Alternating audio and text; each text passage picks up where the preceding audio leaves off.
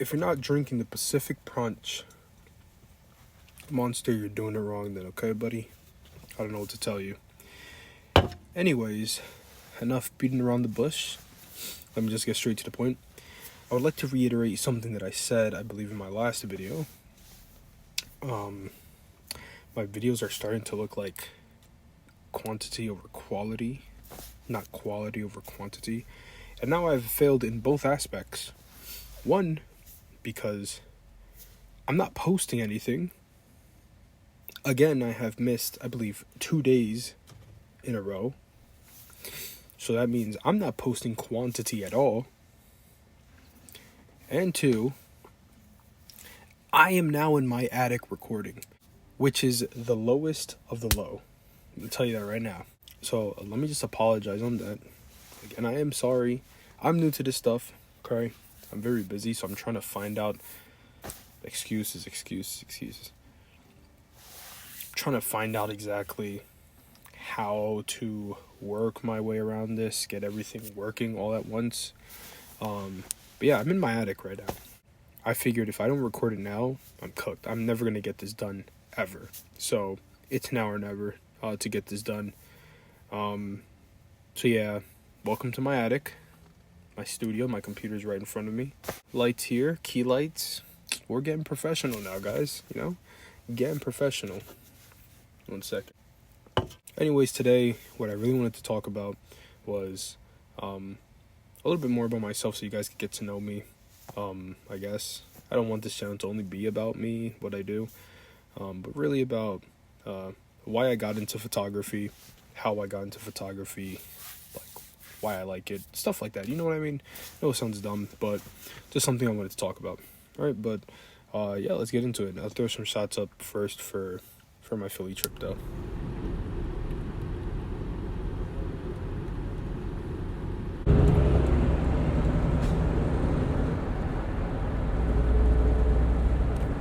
I've always liked taking pictures. I guess I got that from my mom's side, actually.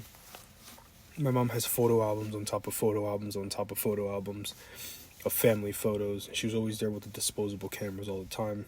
But she would always get those pictures printed out and just put them in the photo album. At our house, we have literally hundreds and hundreds of photos of the family from all the way back to the 90s, probably. So a lot of photos that we have. And in a way, I guess, that love for photos passed on to me. First time I ever really remember wanting a camera was around 2007. Around 2007, my school had a competition to go ahead and win a camcorder. So I did all I could to sell as much of whatever item it was. I don't really remember. I was in first grade. And I won, and it was the last day of the school year that I was supposed to get my prize. And they said, we'll have it shipped to you.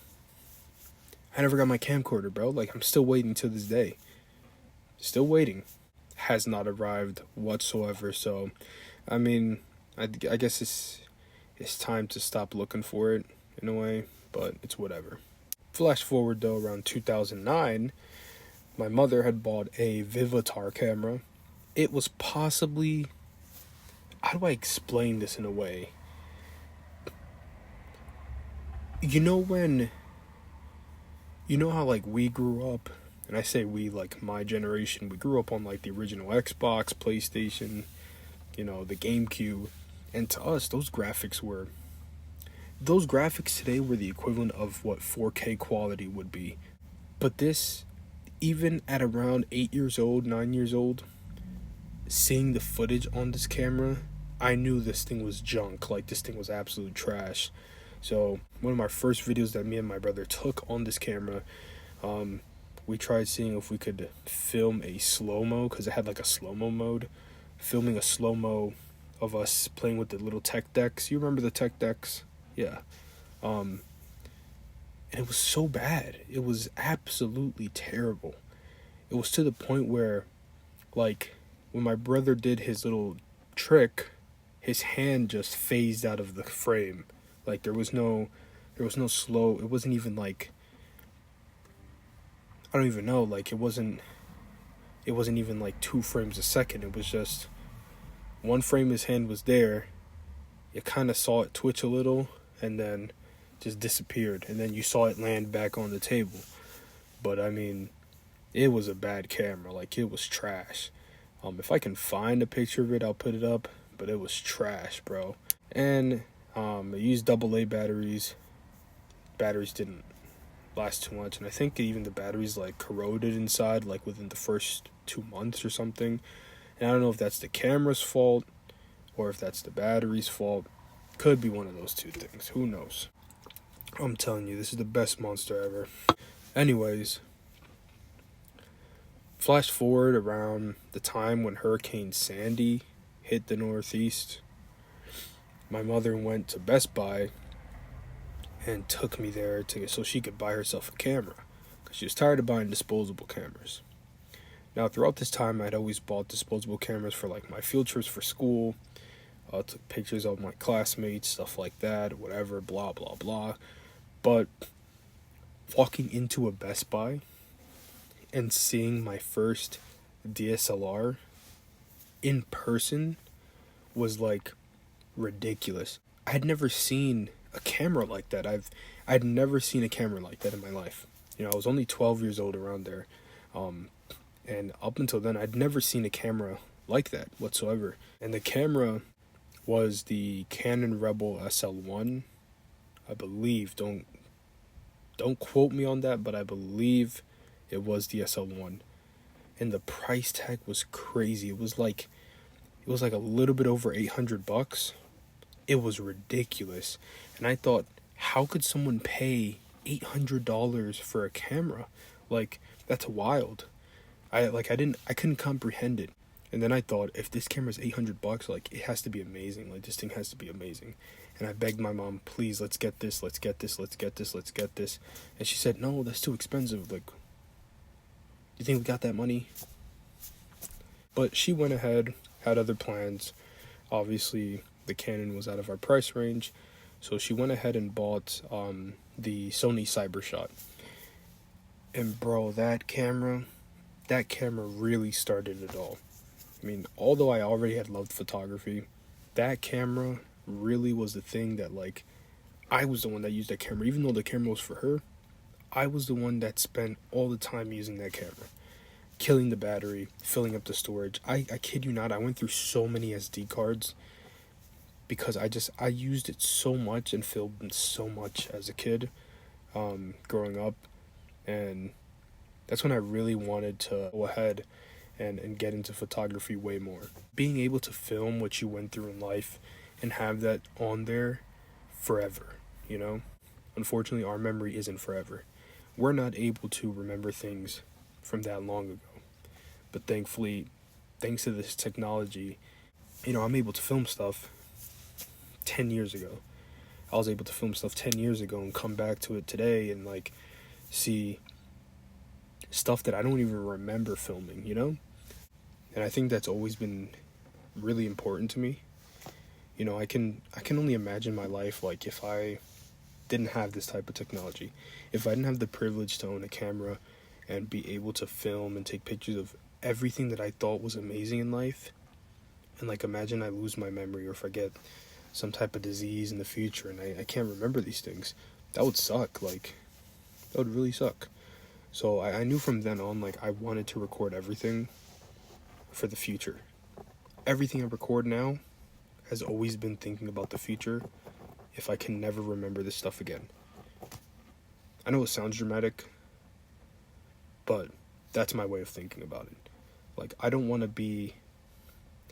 Because I know there has to be people out there who regret not being able to look back on those memories or feeling frustrated because they can't remember that specific date, that specific event that they went to, that specific moment that they had with a family member.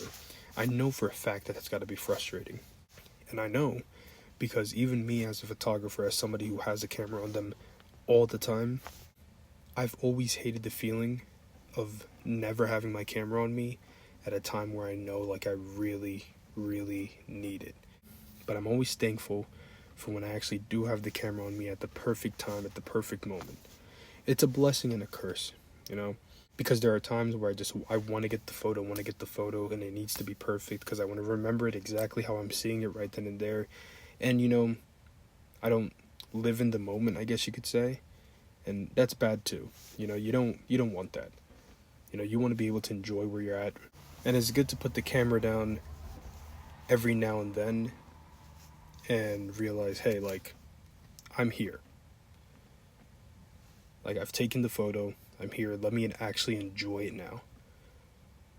Because then there's moments where I regret, even after I take the photo, not really enjoying the location I'm at.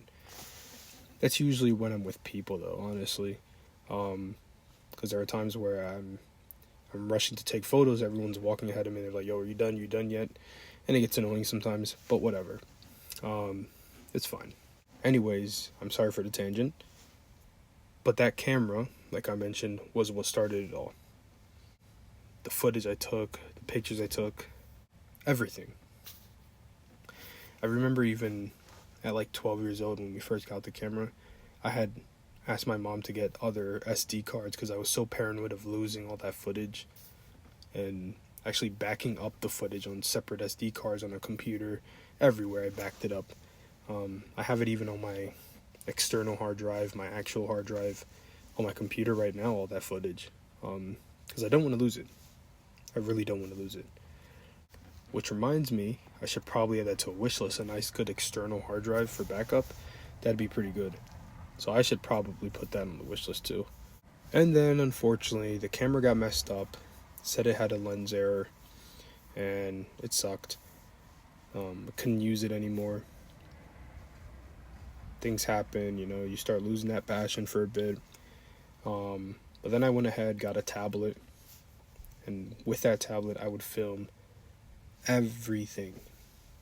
I know it was a Samsung Galaxy Tab 3, but I filmed everything on that thing.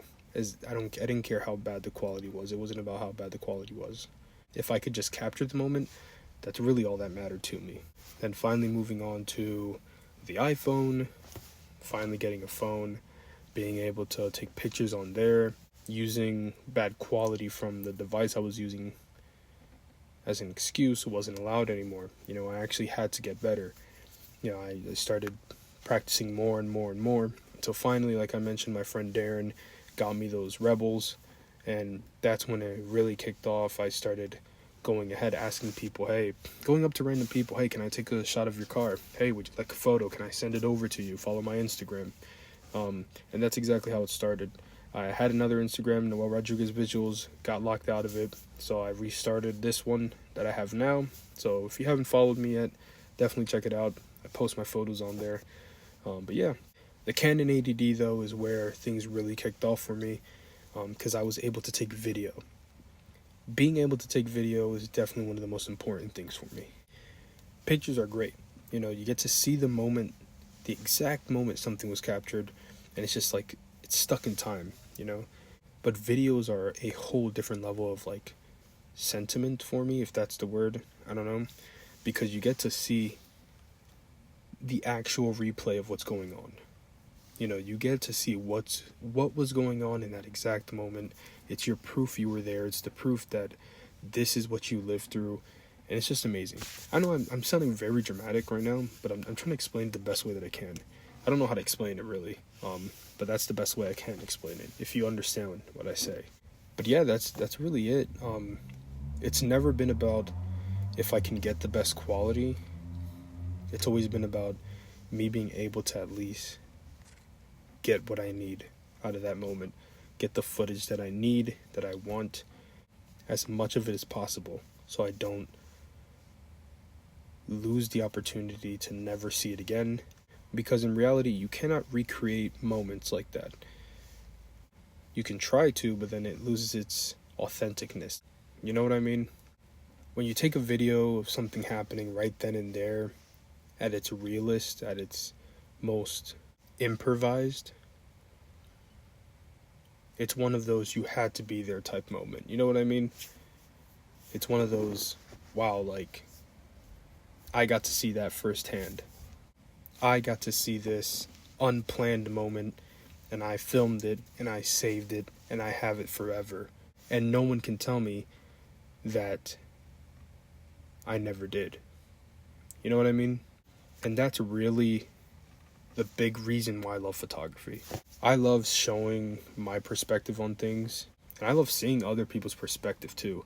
I see some of the craziest Instagram photos ever, YouTube photographers, filmers, and I think to myself sometimes, like, wow, I would have never taken a photo like that. I would have never seen that type of angle.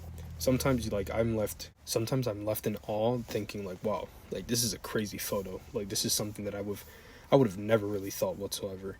But yeah, it's great. And that's the good thing about photography, you know? It's not about cookie cutter Instagram posts. It's not about cookie cutter photos.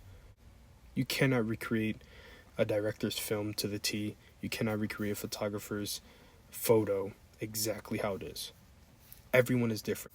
There is no stealing content unless you're screenshotting content and you're posting it as your own. There's no way. There's no absolute way, because nobody has really the same perspective as you. They could have kind of the same similar style, you know, way of shooting, same camera, but no one will have the same perspective as the other person in terms of photography, because everyone sees everything differently. You know what I mean? But yeah, that really wraps up how I got into photography. Sorry about all the tangents, you know, going off, sidetrack and everything. But yeah, that's really my story, I guess you could say. Hope you guys enjoyed this video. Again, I'm sorry for not being consistent. I'm trying. I've been seeing this. I've gone for only 2 videos that I've posted for my 365-day challenge. I went from 0 subscribers all the way to 20-something subscribers, which is really cool. I didn't expect to even get a subscriber until like maybe the 6-month mark, honestly. So I'm glad that there's some progress, and it's kind of keeping me motivated to keep on going. So I'm very grateful that you guys are being patient with me. I'm hoping you guys stick around to see more videos. I do have a lot planned for the future. Like I mentioned, interviews, short films, a lot more planned. Some trips that we have planned to Virginia, hopefully Dominican Republic in October or August, around there, not too sure. But yeah, I will keep you guys updated on that. Stay tuned.